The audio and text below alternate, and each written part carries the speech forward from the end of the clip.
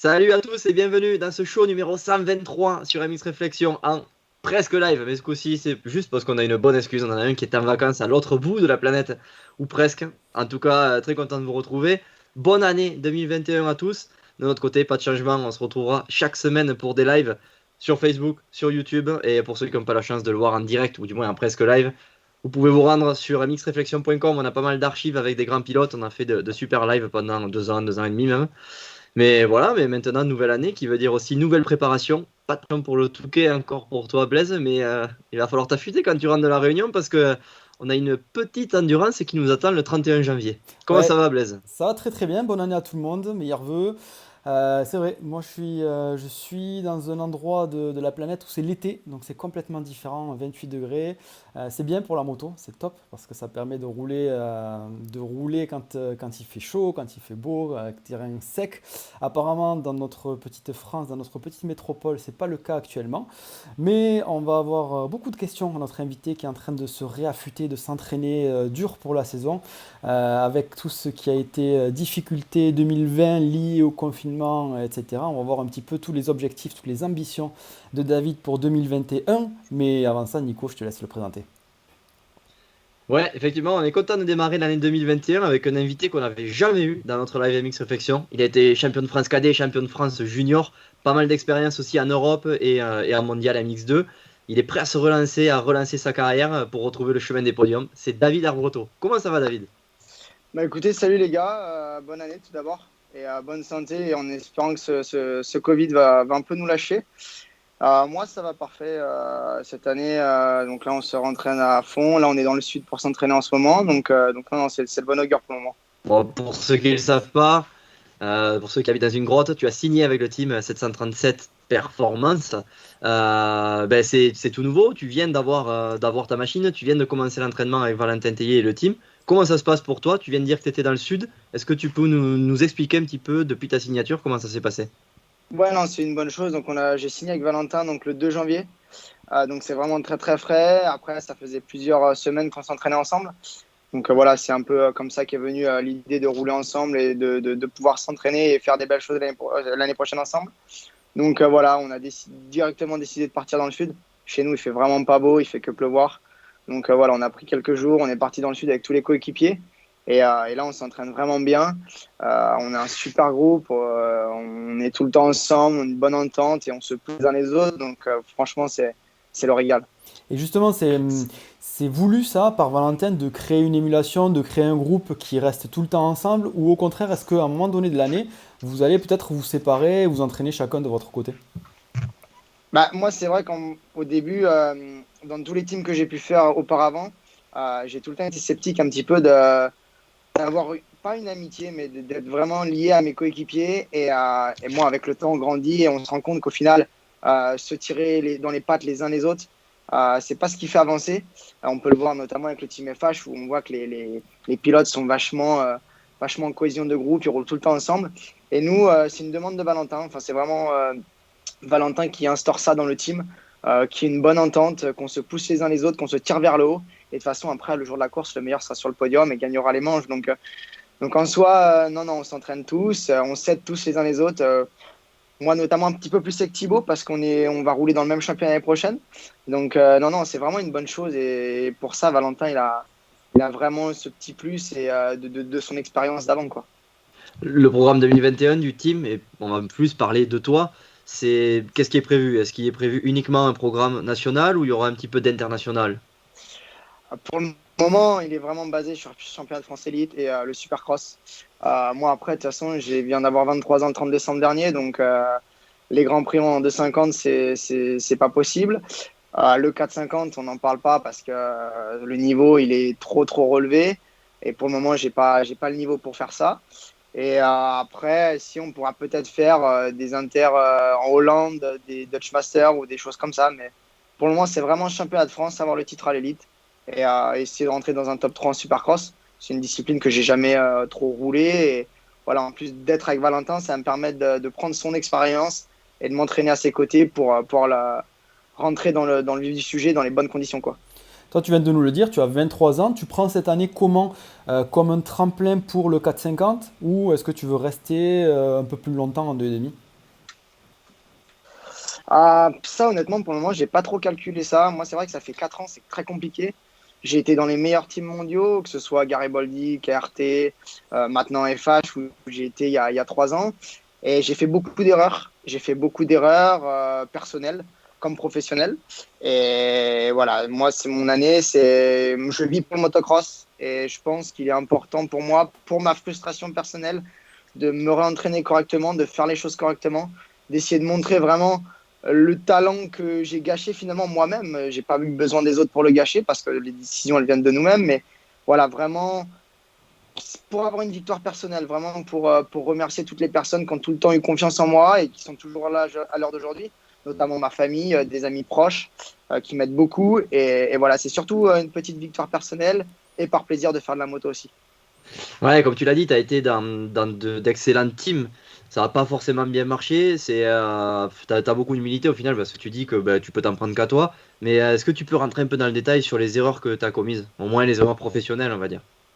Ouais, bah après, on peut rentrer dans les deux, hein. J'ai aucune honte à en parler à l'heure d'aujourd'hui. Ça fait partie aussi de la maturité que je suis en train d'acquérir en m'entourant des gens comme Valentin qui m'expliquent les choses, qui essayent de me faire comprendre les choses. Et en fait, tout ça, au bout du fil, ça va réussir à me faire avancer. Et au final, une course, ça ne se gagne pas seulement sur la vitesse et l'entraînement, ça se gagne aussi sur un mental, sur une maturité, sur la compréhension des choses. Dans mes erreurs, j'ai pas pris l'entraînement assez au sérieux fut un temps. Euh, on veut arriver à un moment donné, on fait énormément de sacrifices et arriver à 18, 19 ans, on a envie on voit tous ses amis faire la fête, profiter. Et moi, j'ai eu cette période-là. Et malheureusement, j'étais dans une période assez sombre de ma vie où ça n'allait pas du tout. Et avec les blessures et tout, et à un moment donné, j'ai lâché prise, j'ai tout lâché et je me suis dit, bah voilà, je veux vivre ma vie d'ado. Et ça a fait partie d'une de mes erreurs. Après, ça, on en est tous conscients, hein. Il y a des milliers de petites options tout autour de nous qui font que ça ne pourrait pas arriver. Notamment, on peut le voir avec un Tom Vial, hein. Un Tom Vial, c'est irréprochable.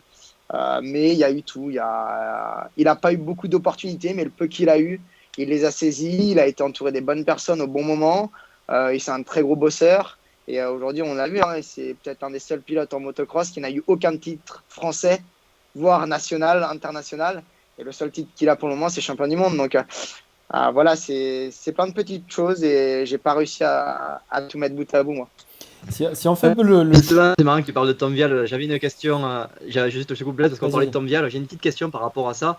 On dit souvent que la KTM est la meilleure moto du monde, du moins la KTM Factory, hein. Vraiment, voilà, on va taper vraiment dans le summum. Si toi, on te laissait le choix entre avoir cette moto, mais avoir un programme à toi et être peu accompagné, ou avoir une moto bien préparée, mais proche de l'origine, on va dire, voilà, une moto comme tu as aujourd'hui à l'entraînement, mais avec l'entourage de quelqu'un comme Valentin Tellier et être guidé par un coach. Tu choisirais quoi? Est-ce que tu penses que le plus important se fait sur la machine factory ou sur l'entourage? Non, je pense qu'à l'heure d'aujourd'hui, c'est pas la machine le plus important. Après, bien sûr, au niveau où ça roule, quand on voit maintenant une feuille de temps chrono en MX2, du premier au 15e, c'est presque dans la même seconde. Donc ça se joue vraiment à des petits détails. Après, bien sûr, on va pas dire que la moto, elle ne fait pas tout. Elle fait une partie, mais c'est un package global, je dirais. Et il y a des équipes qui sont très performantes, mais au final, qui n'ont pas l'expérience et le savoir-faire d'une équipe comme KTM, qui est un créateur de champion du monde au final. Et voilà. Et je pense qu'à l'heure d'aujourd'hui, si Tom Vial, il n'avait pas l'entourage de KTM, mais la moto de KTM, il n'aurait pas été champion du monde, tout simplement. C'est pas la moto qui l'a rendu champion du monde, ça a été aussi lui personnellement son travail parce que je pense que c'est un très gros bosseur. On le voit sur la piste, on le voit techniquement comme il s'adapte aux choses, aux pistes, mais notamment grâce aussi à son entourage, à ses parents qui l'ont suivi, qui ont pu s'adapter avec lui. Et je pense que c'est un package global. Et si on fait le cheminement un petit peu de ta carrière, de ce que tu as fait jusqu'à présent, bon, tu as, si je ne me trompe pas, tu as eu le titre cadet, ensuite tu as eu le titre junior, et tu nous as parlé de quelques erreurs qui sont parvenues. Ces erreurs, tu les situerais quand? Est-ce que c'est plutôt transition 125, 2,5? Est-ce que c'est une fois que tu as eu le 2,5? Comment tu le verrais, toi, ça? Moi, alors déjà, je pense que en fait, mon premier Grand Prix, à la base, j'étais parti pour une année d'Europe. Et à l'année où Tixier s'est fait suspendre de 2 épreuves, l'année où il était chez KRT, il me semble, chez CLS. J'ai été mis en remplacement de Tixier pour faire le Grand Prix d'Argentine. Et en fait, ça m'a fait un petit peu arrêter mon parcours Europe. Et je pense que bon, bah, c'était une bonne expérience. C'était mon premier Grand Prix, mais j'étais pas prêt à ce moment-là de passer un Grand Prix. Et je pense que si mentalement, ça m'a un petit peu déstabilisé. Je me suis peut-être cru aussi arriver à un certain moment. Et au final, j'y étais pas du tout. J'y étais pas du tout. Après, j'ai fait aussi pas mal d'erreurs en m'entourant de certaines personnes. Je ne parle pas de personnes incompétentes, mais de personnes néfastes pour ma progression. Et pourtant, les personnes avec qui je me suis entouré, je pense qu'elles étaient compétentes, mais trop néfastes. Et voilà, ça m'a permis de faire certaines erreurs que j'aurais pas dû, dont des moments où ça a éclaté dans un team pour des, pour des petits détails, des engueulades qui n'auraient jamais dû avoir lieu. Et au final, je pense que c'était juste trop néfaste pour moi et ça a été les plus grosses erreurs que j'ai faites.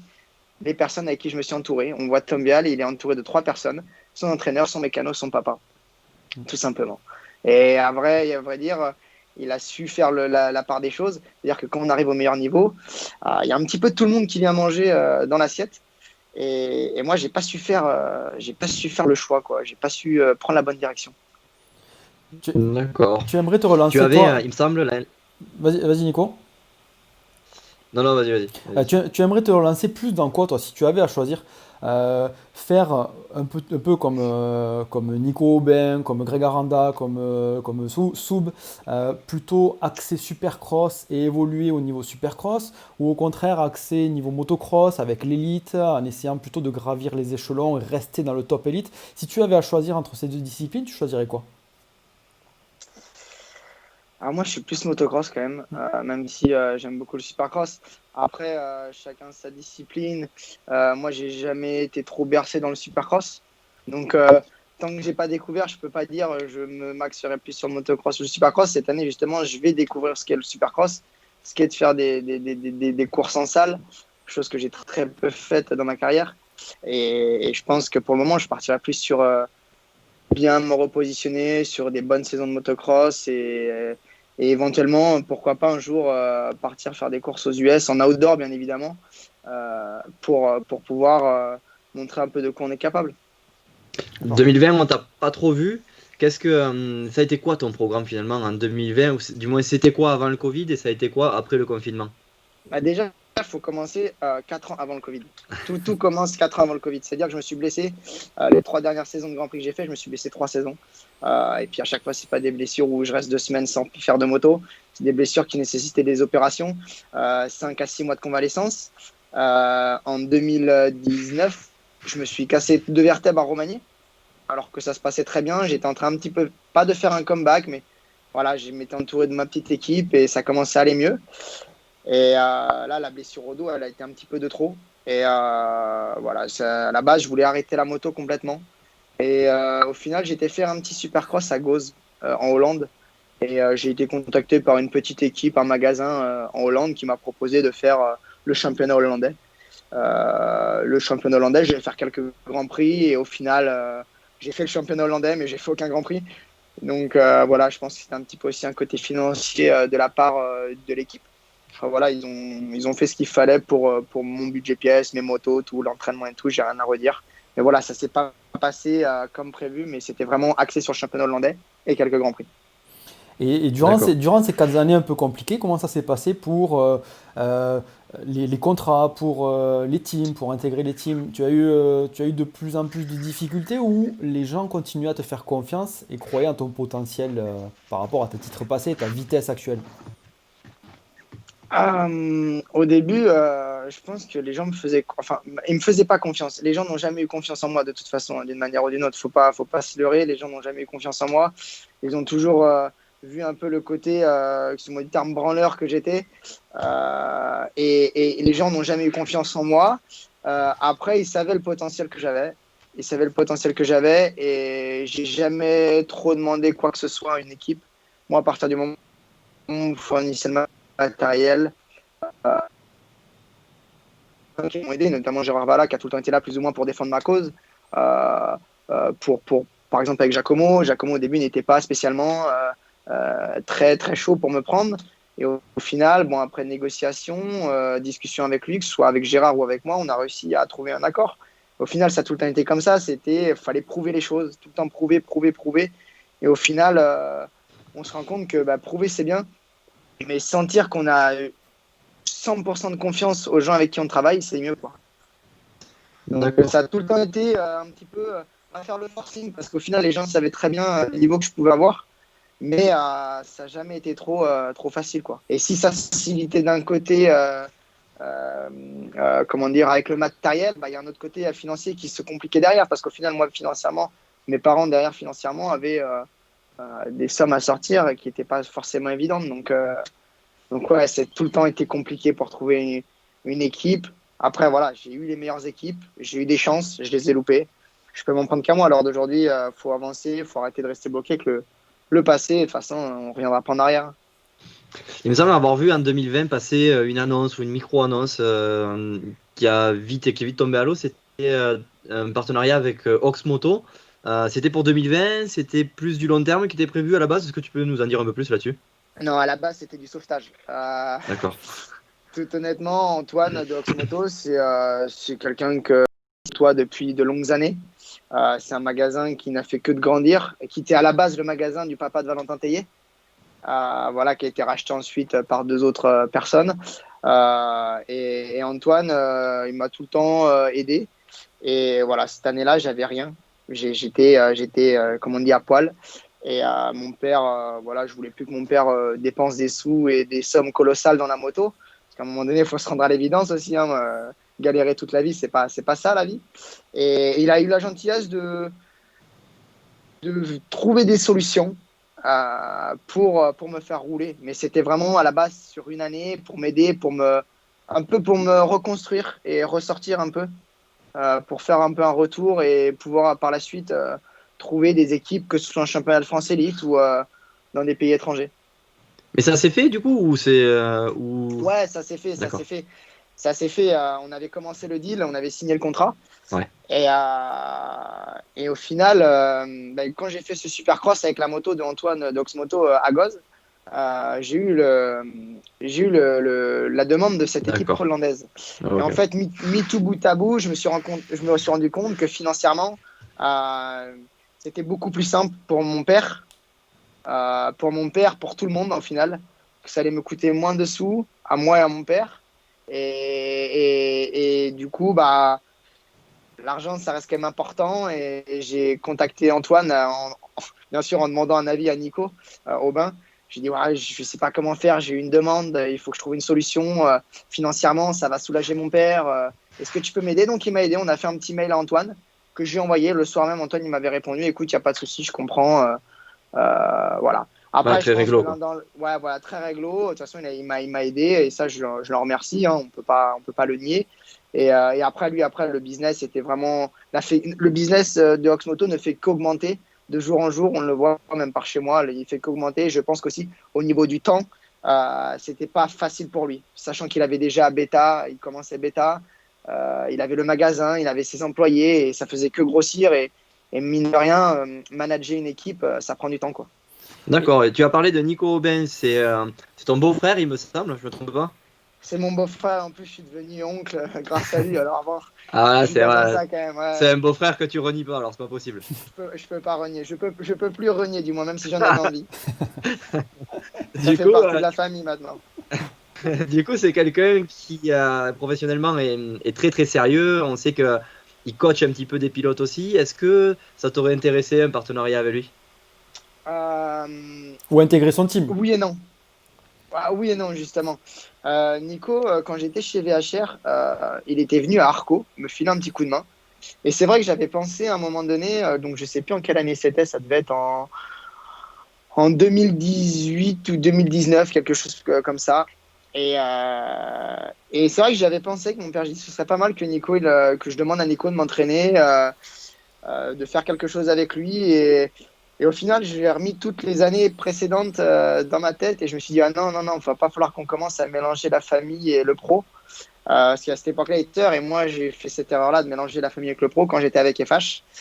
Je n'avais pas mélangé d'ailleurs parce que mon ancienne copine était la patronne, enfin la manager du Team FH. Et après, il m'avait proposé un guidon.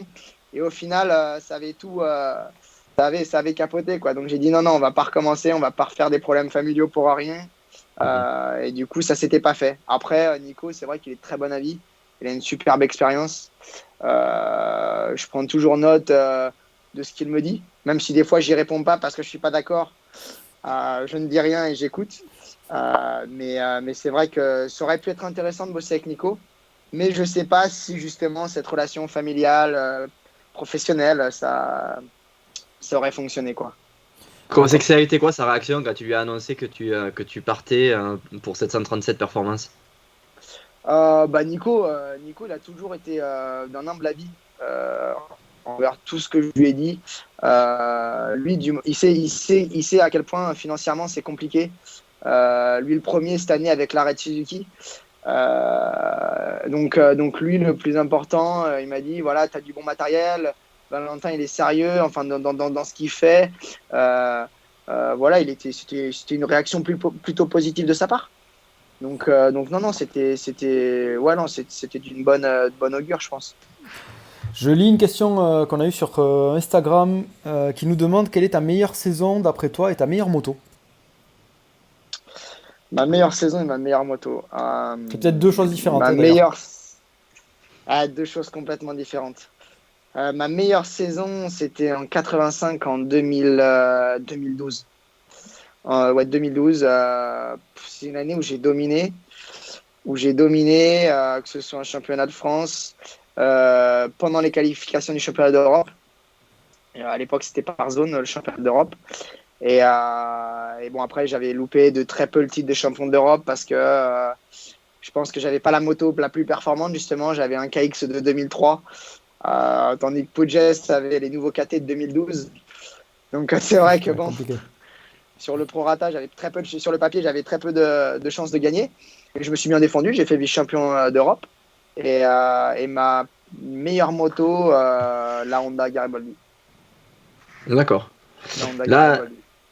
là actuellement, c'est juste le début de votre collaboration avec Valentin. Tu l'as dit, tu as signé le 2 janvier. Bon, même si tu t'entraînais un petit peu avec lui avant.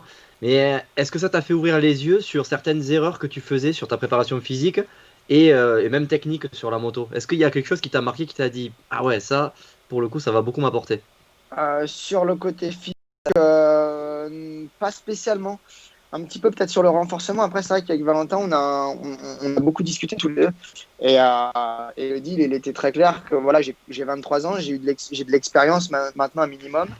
Et physiquement, j'ai eu mes meilleures années quand j'étais chez FH, je pense, où je m'entraînais énormément. Et je sais un petit peu, à peu près quoi faire pour me sentir bien. On commence à connaître son corps, hein, à 23 ans. Et voilà, après sur la moto, il m'apprend beaucoup tous les jours. À chaque fois qu'on sort, il m'apprend tous les jours. Et c'est incroyable parce que je me rends compte qu'en fait, moi, j'étais quelqu'un d'assez casanier qui roulait beaucoup tout seul, champion de l'entraînement. Donc voilà, et là, en fait, je me rends compte que j'étais pas là, quoi. Du moins, les 5 dernières années, j'étais pas là du tout au niveau entraînement moto. Au niveau du travail, au niveau de l'assiduité. Et voilà, et chaque jour, en fait, c'est enrichissant parce qu'on apprend plein de choses. On apprend à bosser, on apprend à se canaliser parce que des fois, mine de rien, il y a ceux qui sont derrière auxquels on pense on est plus rapide, mais en fait, ils sont à 1 à 2 secondes de nous, voire dans les mêmes temps, donc ça pousse. Et voilà, on fait que d'apprendre au final. On fait que d'apprendre et on bosse dur en ce moment. Et je pense que si tout se passe bien, on peut faire vraiment de belles choses. Et t'es besogneux, toi, tu ressens vraiment le besoin de faire beaucoup de motos ou rouler 1, 2 fois par semaine, ça suffirait? Euh, Si je veux aller vite, si je veux être performant, j'ai besoin de faire beaucoup de motos. Après, ces dernières années, j'ai eu du mal à rouler. Pourquoi? Parce que la moto, c'était plus un plaisir pour moi. C'était une contrainte. J'ai fait que ça dans ma vie. J'ai arrêté l'école à 14 ans. donc, euh, donc voilà, je le faisais pour le faire. Et en fait, au final, là, avec Valentin, on se prend pas la tête. On bosse dur, mais on se prend pas la tête. Même quand ça va pas, on arrive à trouver des solutions. Et au final, en fait, il y a le plaisir qui revient, quoi. Et là, ça faisait 3 jours qu'on roulait d'affilée. Ça faisait peut-être 2, 3 ans que j'avais pas roulé 3 jours d'affilée. Donc au final, et là, j'ai déjà hâte de remonter sur la moto demain et d'aller m'entraîner, d'être avec mes coéquipiers, de faire les manches. Là, ça redevient mon plaisir, quoi. Donc c'est vraiment incroyable. Alors, je sais que c'est que le début avec Valentin, mais tu penses que Valentin est comment en tant qu'entraîneur? Est-ce que c'est l'entraîneur assez dur qui pousse vraiment ou l'entraîneur plutôt soft, plutôt technique, plutôt qui analyse? Ah, je mettrai un petit peu des deux. Valentin, au travail, c'est le travail. Quand on est à l'arrêt, on se fait pourrir. Je pense d'ailleurs à Thibaut, quand des fois on est à l'entraînement et qu'on commence la séance chrono et qu'il nous voit rouler, il me dit mais les gars, vous faites quoi? Vous dormez sur la moto et on se fait pourrir et il nous lâche pas. Il nous lâche pas et le problème c'est que là on n'est pas tout seul quoi. Donc même moi des fois bon bah ça va pas et on nous fait comprendre qu'il faut qu'on se bouge. Et d'un autre côté, il y a le côté où il a envie qu'on soit bien à l'entraînement. Il veut pas que ce soit une contrainte. Donc, il nous met dans le dur. On travaille, il nous met dans le dur. Mais il veut quand même qu'il y ait du plaisir. Il y a des entraînements, ça arrive, on a un mal de bras incroyable. Et il va dire, bon, ben, on va modifier un petit peu le programme, on va faire un peu de technique pour vous relâcher, pour prendre contact avec la piste. Et du coup, on va perdre une heure, une demi-heure, on va faire du technique. Et en fait, après, ça va dérouler toute la journée et ça va bien se passer. Donc au final, je dirais plus c'est un très gros. Il veut nous faire bosser énormément et on bosse énormément pour qu'on puisse avoir les meilleurs résultats. Mais d'un côté, il pense à notre bien-être le jour de l'entraînement. Et ça fait énormément au final parce que être à l'entraînement, des fois on va à Lommel. Je me souviens des entraînements à Lommel, -3, il pleut, tu n'as plus de lunettes, tu passes 4 paires de roll-off dans la journée, t'en peux plus et on te dit bah non, continue. T'as mal au bras, t'en peux plus. Et en fait, personne essaye de trouver des solutions. Donc, c'est la différence qu'il y a avec Valentin. Il y a vraiment une compréhension et je pense que c'est important pour la progression.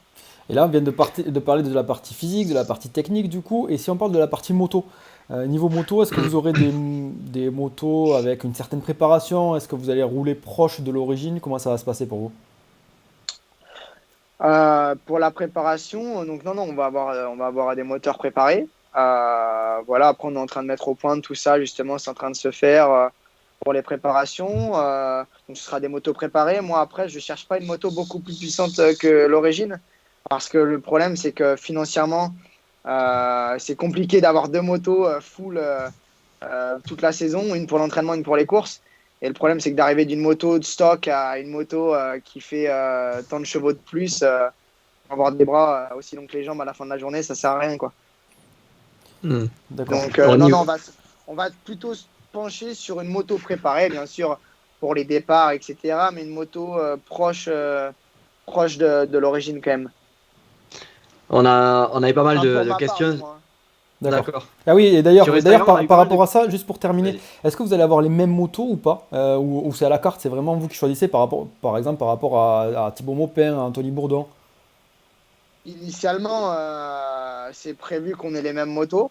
Après, moi, j'ai vraiment hâte de faire du test là, parce que voilà, si en fonction de comment ça se passe, voir comment c'est et savoir si je vais être capable, moi personnellement, de m'adapter entre la moto d'entraînement et la moto de course. Donc voilà, ça va être vraiment fait sur du test, basé sur du test, essayer, voir, essayer de comprendre et réfléchir aux solutions qu'on pourrait apporter à tout ça, quoi. D'accord. Anthony Bourdon, c'est justement quelqu'un qui a pas mal d'expérience. Il a eu le titre sur cette saison. Bon, même s'il n'y a eu que 3 courses, on sait que c'est quand même quelqu'un de très régulier. Est-ce que c'est quelqu'un qui est moteur dans le team? Est-ce que tu penses que c'est un pilote qui va tirer le team vers le haut? Euh, je mets personne sur un piédestal parce que je pense qu'à l'heure d'aujourd'hui, que ce soit Thibaut, que ce soit Loris, un autre pilote qu'on a dans le team, que ce soit Mathis Valin qui est en 85, que ce soit Anthony, que ce soit moi ou que ce soit n'importe qui, que ce soit les mécanos, euh, on se tire tous vers le haut. Il n'y en a pas plus un que l'autre. Et c'est ça en fait qui est incroyable dans l'équipe, c'est que on a vraiment une belle cohésion de groupe. Après, pour certains, un petit peu compliqué parce que voilà, il y a enfin moi du moins, je parle pour ma part, avec la maturité, j'ai appris à, à comprendre les choses et à accepter les choses. Mais au final, Valentin, c'est vraiment nous faire bosser pour qu'on se tire tous vers le haut, que ce soit du moins bon au meilleur ou du plus petit au plus grand. Et je pense que tout le monde est un peu moteur dans une équipe pour le bon fonctionnement et pour la progression de chacun. Et D'accord. Valentin, justement, organise pas mal de choses pour la cohésion de l'équipe. Par exemple, des sorties en montagne, des séjours peut-être en montagne avec plusieurs nuits. Si je me trompe pas, tu Ouais. n'as pas participé à la première. C'est le genre de choses, toi, que tu aimes ou que tu redoutes plutôt les entraînements intensifs à la dure sur vraiment purement physique? Euh, Ça, c'est des choses que j'apprécie énormément. À la première, j'ai pas pu être là parce que je devais ramener mes motos de mon ancien contrat. Donc, j'ai pas pu être là malheureusement à la première, mais il me semble que Valentin en a prévu d'autres. Et c'est quelque chose que j'apprécie énormément parce qu'au final, il y a il y a de l'humanitaire dedans. Quand il y en a un qui va pas, on est là à le relever, à l'aider. Ou quand on va pas bien, nos coéquipiers on nous relève. Et, et je pense que c'est une bonne chose et c'est super intéressant. Il faut taper dans le dur des fois, il faut se faire mal personnellement tout seul parce que quand on est sur une moto, on n'est pas, il n'y a pas notre coéquipier derrière qui est en train de nous dire allez, t'as mal aux jambes, faut monter quand même quoi. Mais c'est important, c'est vraiment important et ça permet aussi de se divertir et c'est un peu plus, c'est du travail mais à la fois de l'amusement et à la fois du plaisir. Et je pense que c'est important de mixer tout ça pour avoir un bon rendu à la fin. Maintenant qu'on connaît ton programme pour l'année prochaine, est-ce que tu peux nous parler de tes objectifs? Parce qu'on a eu la question plusieurs fois sur Instagram, on l'a eu 3 ou 4 fois. Ah, les objectifs, c'est toujours les mêmes. Hein. On n'est pas là pour faire troisième ou deuxième ou cinquième. Hein. On est là pour gagner. Du moins, là, cette année, je mets tout en place pour être capable de gagner en motocross, donc un championnat de France élite. C'est mon objectif principal. Après, le supercross, j'en ai jamais fait. J'ai fait une fois Bercy, je me suis mis cabane sur cabane. Euh, donc, euh, donc non, non, le but, ça va être le titre à l'élite et de progresser, de rentrer dans un top 3 en championnat de France Supercross. Après, je pense qu'avec l'expérience de Valentin, j'ai passé aussi un petit peu de temps avec Nico et Arnaud Aubin. Je pense que mis tout bout à bout, l'expérience de chacun, je vais réussir à m'adapter assez rapidement et à faire de belles choses. Euh, on sait que la saison 2020 a été marquée avec le Covid, etc. La saison 2021, on ne sait pas. Si ça continue, c'est-à-dire si les courses ne sont pas trop maintenues, est-ce que vous avez possibilité de dériver sur autre chose? Je pense à l'enduro, à la saison sable. Est-ce que ça a déjà été, est-ce que vous en avez déjà parlé avant de signer le contrat ou pas du tout? Pourquoi je te dis ça? Parce que le team 2B Monaco, par exemple, avec Soub et Roussali, on fait ça. On dévie. Est-ce que vous en avez parlé déjà ou pas? Honnêtement, on n'a jamais abordé le sujet. Ça n'a pas été dans les sujets de conversation quand on a parlé du contrat ou quand on a parlé d'année prochaine. Après, je sais que Valentin, il est assez ouvert à plein de choses. Après, il faut voir en fonction des budgets, en fonction de tout ça. Hein, c'est toujours pareil. Mais je pense que si demain on venait à ne pas avoir de course, il essaierait de nous faire faire peut-être d'autres choses, très probablement. D'accord. On a eu une question un petit peu bizarre, un petit peu agressive sur Instagram, mais bon, ce sont nos abonnés. Ouais. Tommy qui dit, alors la question elle est un peu bizarre, il marque anonyme, alors je pense qu'il parle de toi, anonyme. Non, non, Bon, je pense juste qu'il fallait pas dire Tommy. C'est pour ça qu'il dit anonyme. Ok. Mais bon, bon, après, peut-être, Tommy il y en a plein, ouais. c'est pas trop mouillé. J'aurais dit Tommy, non je rigole. Du coup, là, ouais, c'est combien as-tu lâché de thunes? Alors, il n'a pas précisé pourquoi, sans doute pour rentrer dans un team. Aujourd'hui, ma question, je vais la reformuler, c'est est-ce qu'un pilote comme toi qui a fait du mondial, qui a été champion de France, doit payer pour rouler? Euh, Ça dépend ce qu'on appelle payer pour rouler. Tout est la même chose. J'ai jamais payé pour rentrer dans une équipe. Hmm. Toutes les équipes où j'ai eu, c'est parce que j'avais le matériel et j'avais le budget derrière. Si je dois payer pour rentrer dans une équipe, je préfère rester chez moi et dépenser mon argent à acheter une maison, hein, très clairement. Mais non, après, financièrement, ça nous coûte toujours de l'argent. Hein. Il y a les déplacements, il y a l'entraînement, il y a, il y a le kiné, il y a tout le suivi derrière, il y a tout ce qu'il faut pour une saison, quoi. Et il y a des équipes comme celle de Valentin qui commencent, finalement, ça fait un an qu'elle est existante. Je pense qu'ils sont déjà à un niveau assez bon pour une équipe. Et c'est petit à petit, on va faire du chemin, et comme le team de Valentin va faire du chemin, pour pouvoir apporter un maximum aux pilotes. À l'heure d'aujourd'hui, c'est pas possible qu'une équipe, au bout de 2 ans, elle apporte le matériel, les déplacements, le salaire. C'est impossible. Donc oui, effectivement, ça coûte tout le temps de l'argent, mais je n'ai jamais payé pour rentrer dans une équipe.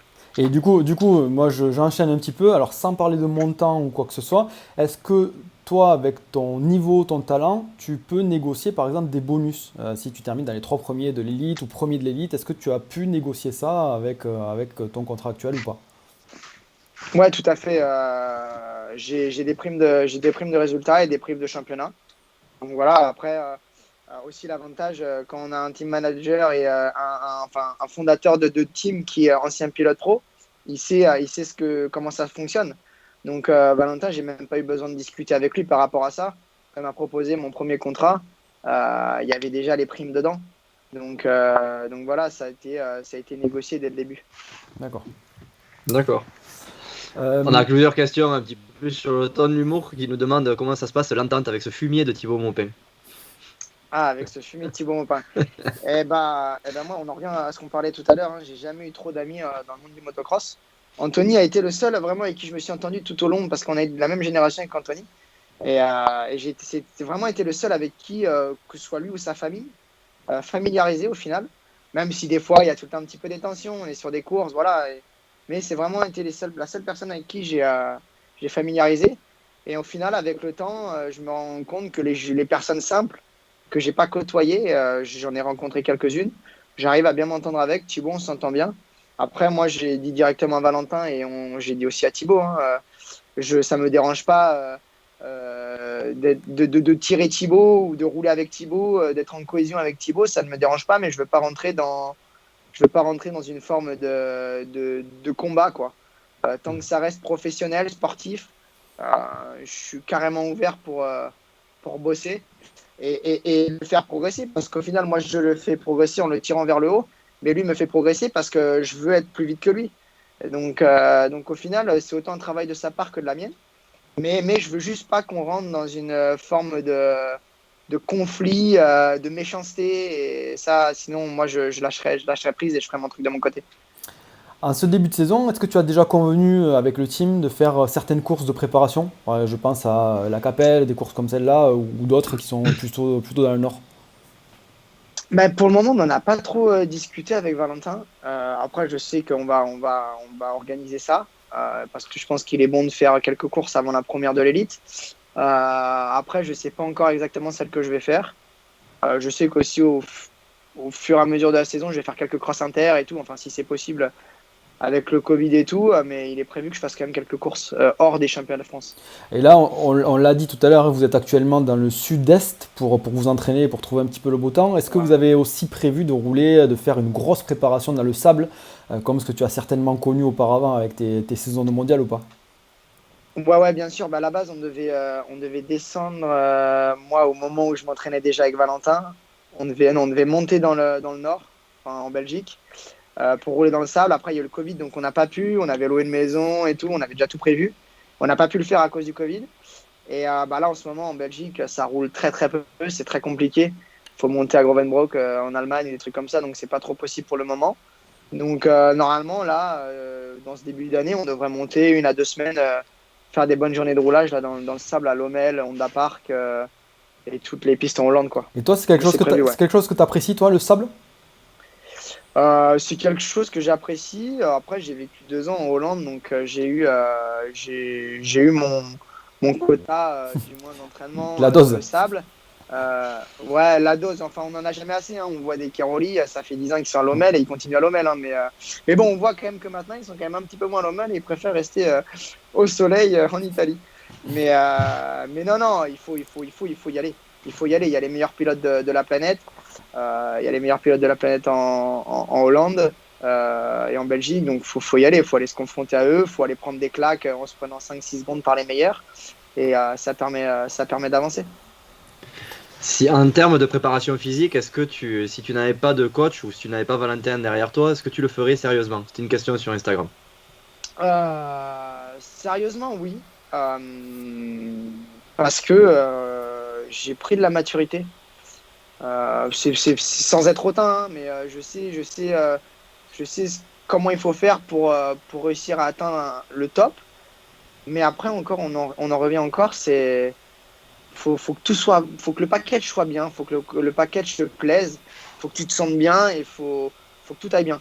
Faire le travail sérieusement, il n'y a aucun problème. Moi, il y a des entraînements, je peux pas être avec Valentin parce que, par exemple, bah là, il a dû se faire opérer ce matin pour se faire enlever des plaques d'une blessure à Briennon l'année dernière. Et Valentin, il n'est pas là. Et ce matin, on était avec les gars, on a fait notre séance de sport, notre séance d'1 heure et demie de renforcement. Voilà, on fait notre taf. On n'est pas tout le temps obligé d'avoir du monde derrière nous pour nous pousser. Je pense qu'aujourd'hui, je sais et on sait ce qu'on veut. Après, celui qui veut pas faire, bah, il s'en prendra qu'à lui. Hein.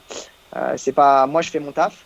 Je veux des résultats l'année prochaine. Il y a des gens qui s'investissent derrière. Il y a mon père, il y a Pascal Tessier que je remercie énormément. Il y a mon mécano. Il y a tous les sponsors de l'équipe qui investissent. Et je pense qu'à l'heure d'aujourd'hui, on sait comment c'est. Vu la conjoncture, ils nous aident quand même. Et il faut pas les décevoir. Donc, si tu as envie d'être champion, t'as pas le choix que de bosser et d'être assidu, hein, de toute façon. Et pour toi, dans l'idéal, ça serait quoi on va dire les 2-3 prochaines saisons? Dans l'idéal, comment elles pourraient se dérouler pour toi? Euh, Dans l'idéal, bah déjà, ce serait de décrocher le titre à l'élite cette année. Voilà, c'est l'idéal. Faire une belle saison de Supercross. Tu penses que L'année d'après, la gagne d'entrée, ça peut se jouer en Supercross? je m'adapte vite. Je m'adapte vite. Je pense que techniquement, je suis capable de le faire, sans être hautain. Après, il y a des bons pilotes. Hein. En France, on a quand même une très belle nation avec des bons pilotes. Faut sous-estimer personne, que ce soit le meilleur ou le moins bon. Faut jamais sous-estimer quelqu'un. On peut tout le temps être surpris. Donc non, je pense que c'est possible. Après, je vais pas l'affirmer, mais je pense que c'est possible. D'accord. Excuse-moi, je t'ai coupé, tu disais l'année d'après, du coup? Ouais. Et du coup, l'année d'après, ça dépend. Soit rester en 2,5, refaire une saison 2,5, soit passer en 4,50. Moi, après, à l'avenir, j'aimerais bien, si ça se passe bien Supercross, pourquoi pas aller essayer, faire 1 ou 2 Supercross aux US, 3 Supercross aux US, essayer de faire des outdoors en plus de ce que mon programme français. Je sais pas. C'est pas.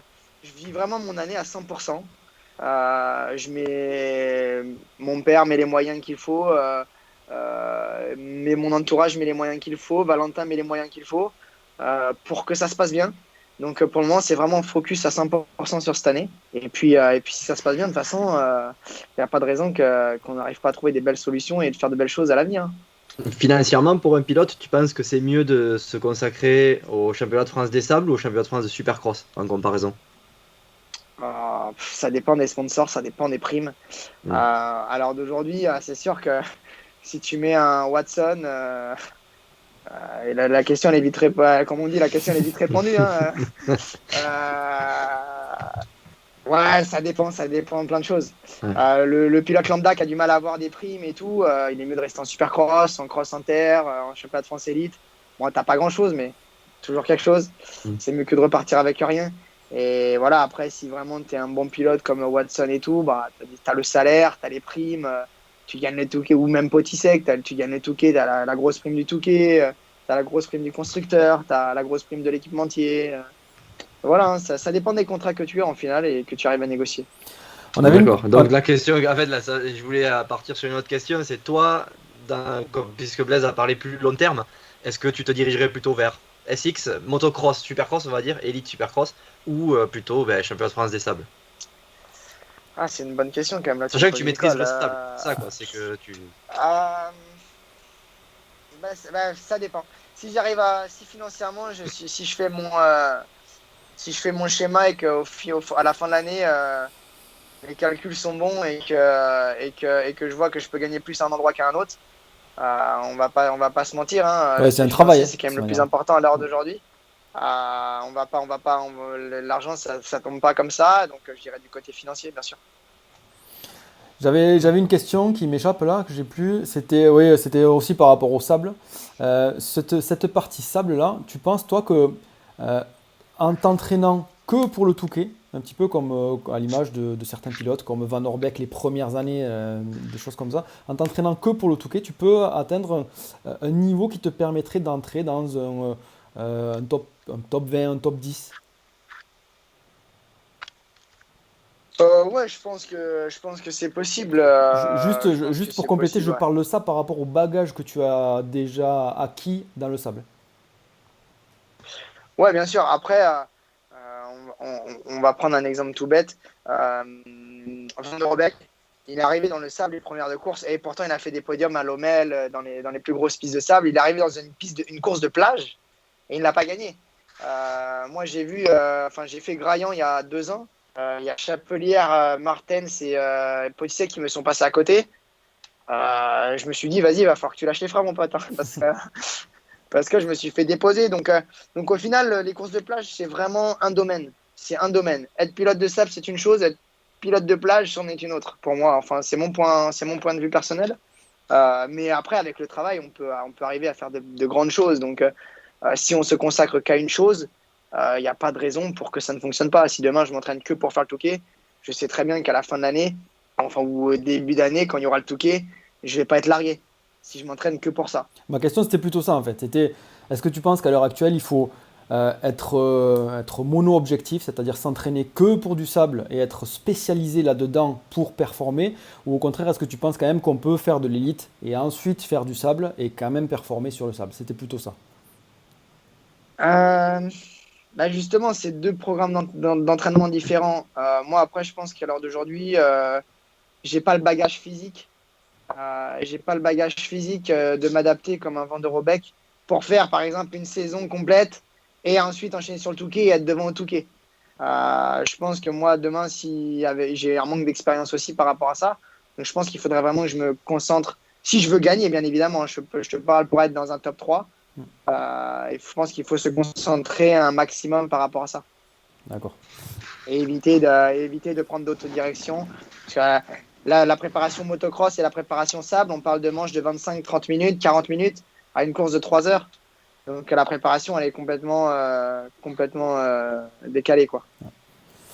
On avait une question aussi par rapport au coaching. Est-ce que tu as déjà pensé, alors je ne me rappelle plus qui l'a posé, mais est-ce que tu as déjà pensé toi à faire un petit peu comme Valentin Tellier, mais on va dire sans la partie structure, juste la partie coaching? Est-ce que ça t'a déjà traversé l'esprit? Ça m'a déjà traversé l'esprit, bien évidemment. Après, moi, j'ai pas encore. Je peux pas me projeter, je peux pas te donner spécialement une réponse comme ça, parce que je pense que pour faire ça, faut être prêt à tourner la page. D'accord. C'est-à-dire, faut être prêt à tourner la page de sa carrière, de se dire que voilà, c'est terminé. Il y aura plus de moments comme on les aime. Il y aura plus de victoires. Il peut y avoir des victoires, mais il y aura plus de victoires personnelles sur le plan où, en tant que sportif de haut niveau, la victoire, ça nous fait vibrer, ça nous apporte quelque chose de spécial. Et on le voit beaucoup, hein. Il y a beaucoup de personnes, il y a beaucoup d'anciens pros qui ont du mal à tourner la page. Du fait de la frustration et tout ça. Et je pense qu'à l'heure d'aujourd'hui, quand tu arrêtes et que tu dis, voilà, moi je vais me mettre renseigné, je vais amener les gens au meilleur de leur potentiel, je pense qu'il faut vraiment avoir tourné la page et dire, voilà, je suis satisfait de ce que j'ai acquis, ça s'arrête là, basta. Mais si tu as encore t'as des remords, tu as des regrets ici et là, je pense que c'est compliqué de le faire correctement. D'accord. D'accord. Bon, on arrive à l'heure de live. On va pas tarder à te libérer, mais il reste quand même une question. On passerait pas à la question du jour, Blaise? Allez, quand tu veux, c'est la tienne, ça va. La question, t'as entendu? Et oui, elle est de moi en plus, parce que toi, sur la plage, j'ai l'impression que tu penses pas à grand chose à l'île de la Réunion. Alors il a fallu que je me tape toutes les questions aujourd'hui. On n'est pas trop aidé par notre technicien. Mais bon, la question du jour, elle est présentée par Race Design et par DSN Moto, concessionnaire à Langon, Mont-de-Marsan et Marmande, du côté sud-ouest, là où il pleut en ce moment. Là, il faut s'entraîner dans le sable. Si vous voulez aller dans le coin, je vous le conseille. La question du jour, David, c'était faut-il impérativement passer par la case 125 de temps quand on sort du 85, ou comme aux US où on voit beaucoup de passages au 4 temps directement à la sortie du 85? Qu'est-ce que tu conseillerais à nos jeunes d'aujourd'hui? Alors, en Europe, indispensable. Le problème, c'est qu'en Europe, on se croit aux US, bien souvent. Et l'Europe, c'est pas comme les US. Donc, je pense que c'est très important de passer par la case 125. C'est-à-dire qu'on passe vraiment un peu à la case adulte. Moi, je pense que le passage à la 125, c'est la case adulte. C'est-à-dire qu'on arrive sur des grosses motos, sur des vraies motos. Et je pense que c'est important C'est important de prendre de l'expérience. On rentre sur un format de course plus long. Il y a plein de choses qui rentrent en compte et je pense que ouais, c'est vraiment indispensable pour la bonne progression d'un pilote à l'heure d'aujourd'hui. Toi, tu ne regrettes pas d'avoir fait ça, cette partie 85-125. Bon, on sait que tu as eu le titre. Est-ce que tu ne penses pas que on peut s'adapter plus facilement aux 4 temps en y passant un peu plus tôt? Parce que c'est l'argument de certains, c'est pour ça que je te dis ça. Bah, après, ça dépend de la facilité de chacun, hein, mais le problème, c'est qu'à l'heure d'aujourd'hui, des surdoués, il n'y en a pas beaucoup. Des surdoués, il n'y en a pas beaucoup. On peut le voir, par exemple, avec un Prado, par exemple, il a fait une année de 125, à part un Rogzen, un Erlings qui a jamais fait de 125. Et voilà, c'est ce qu'on on en revient à la chose. Ce sont des surdoués. Et je pense qu'à l'heure d'aujourd'hui, les surdoués, il n'y en a pas beaucoup. Il y en a très peu.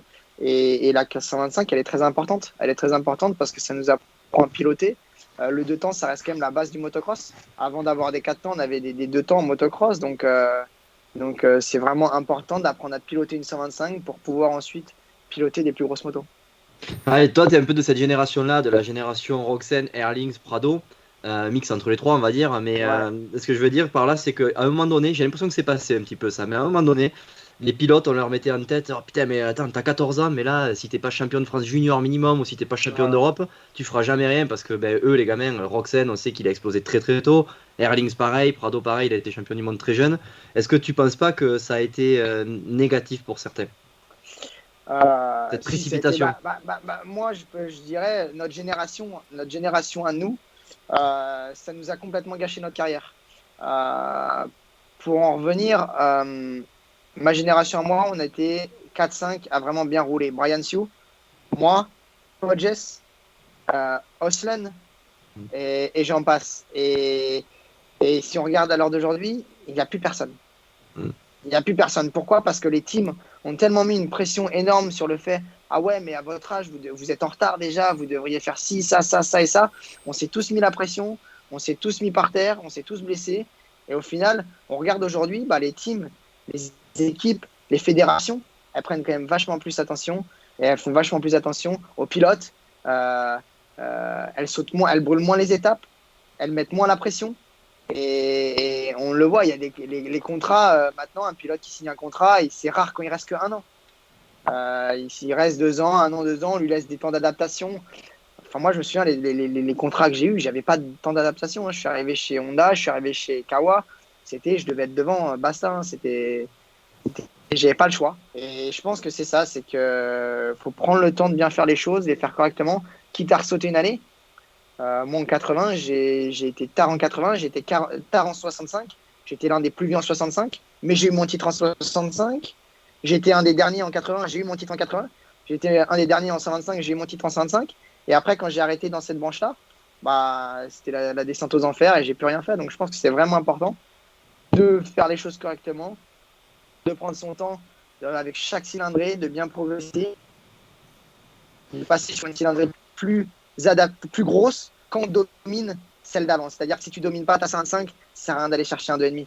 Si tu domines pas ta 2,5, ça sert à rien d'aller chercher un 4,5. En plus, les motos, elles sont de plus en plus puissantes. Maintenant, une moto de série, c'est capable d'être championne de France très largement. D'accord.